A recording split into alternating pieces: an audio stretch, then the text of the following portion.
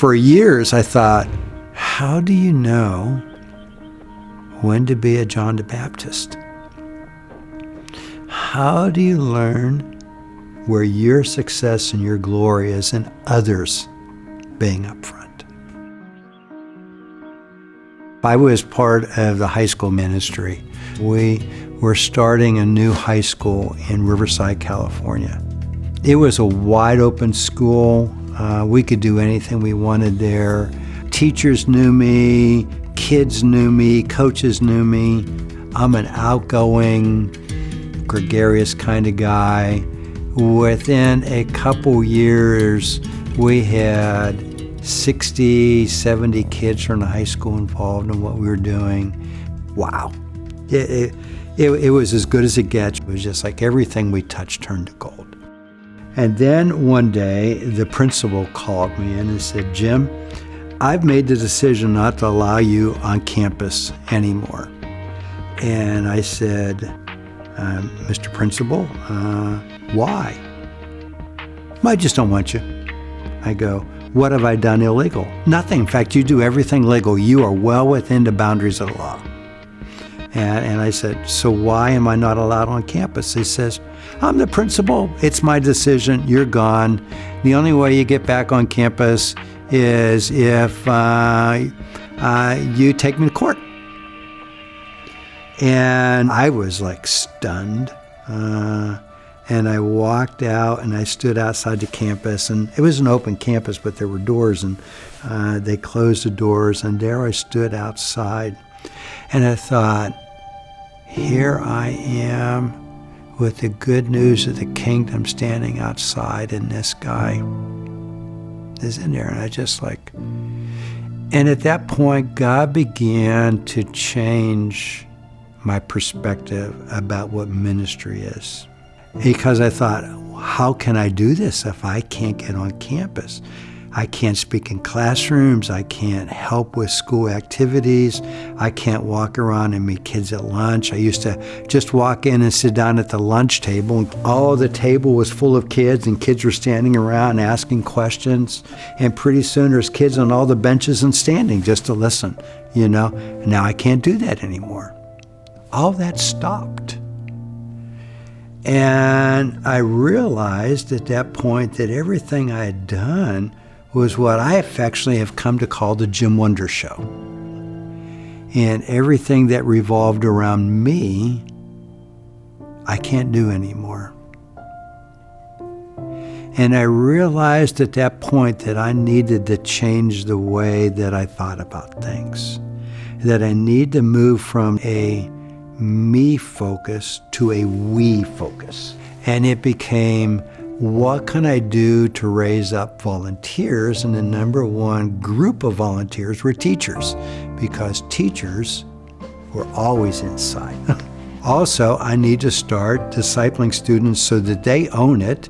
And rather than have the ministry revolve around me, how do I get it to revolve around them? And I moved it from I have to be at everything to both teachers and students were taking responsibility for the ministry at that school. And the good part of that story is we doubled, tripled, quadrupled in size. So it was doing well, and then it exploded. And I reached a point where I was thinking, what value do I have? Because I was not on the front lines. I was not where the battle was. I was behind the scenes helping those doing it. I obviously seeking the Lord and saying, Jesus, what do I do with this? And one of the passages that he led me to was Philippians chapter 2. You have Jesus in heaven with God.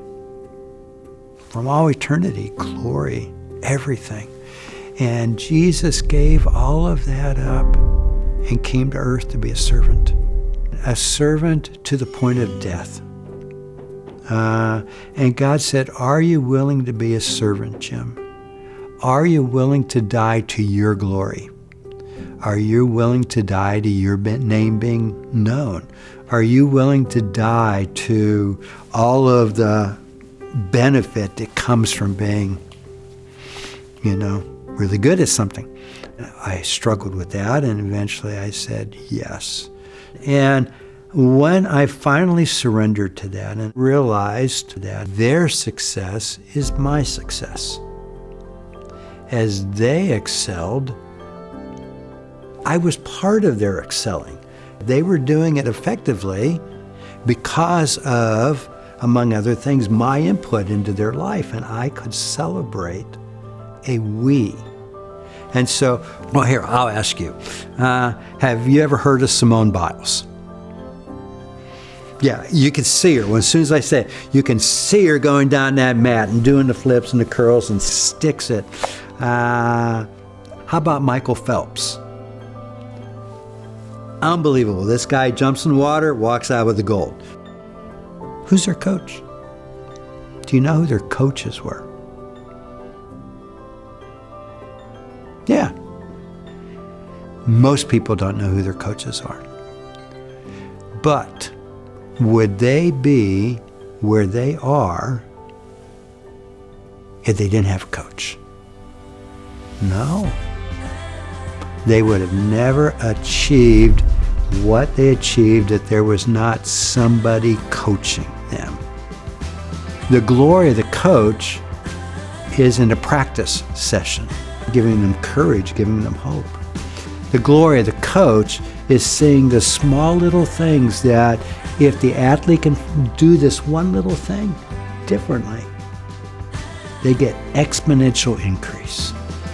I never thought of the glory of this kind of opportunity to make others shine, to impart to them the things that we've learned.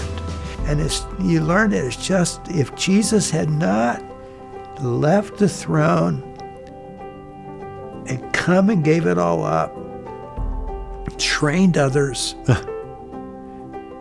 and then at the end said, I'm out of here.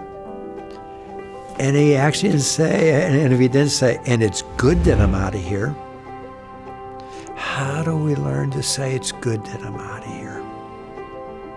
It's the opportunity to train the next generation. I've done my job. I pointed them to Jesus. It is now in your hands. I ran track in high school, and I actually ran relays. In a track relay race, the first guy starts off with Baton, runs down the track, but you can't win the race by holding on to the baton. You've got to pass it. If I hold the baton the whole time myself, I can't win. And so part of what I've learned in my journey in leadership was I learned some essential things as a youth, and it was all about me. And that was okay. I learned a lot. I did a lot, accomplished a lot. But there was a point where it could only grow as big as me. It grew with a ceiling. And the only way to get through that ceiling is I could no longer be just me.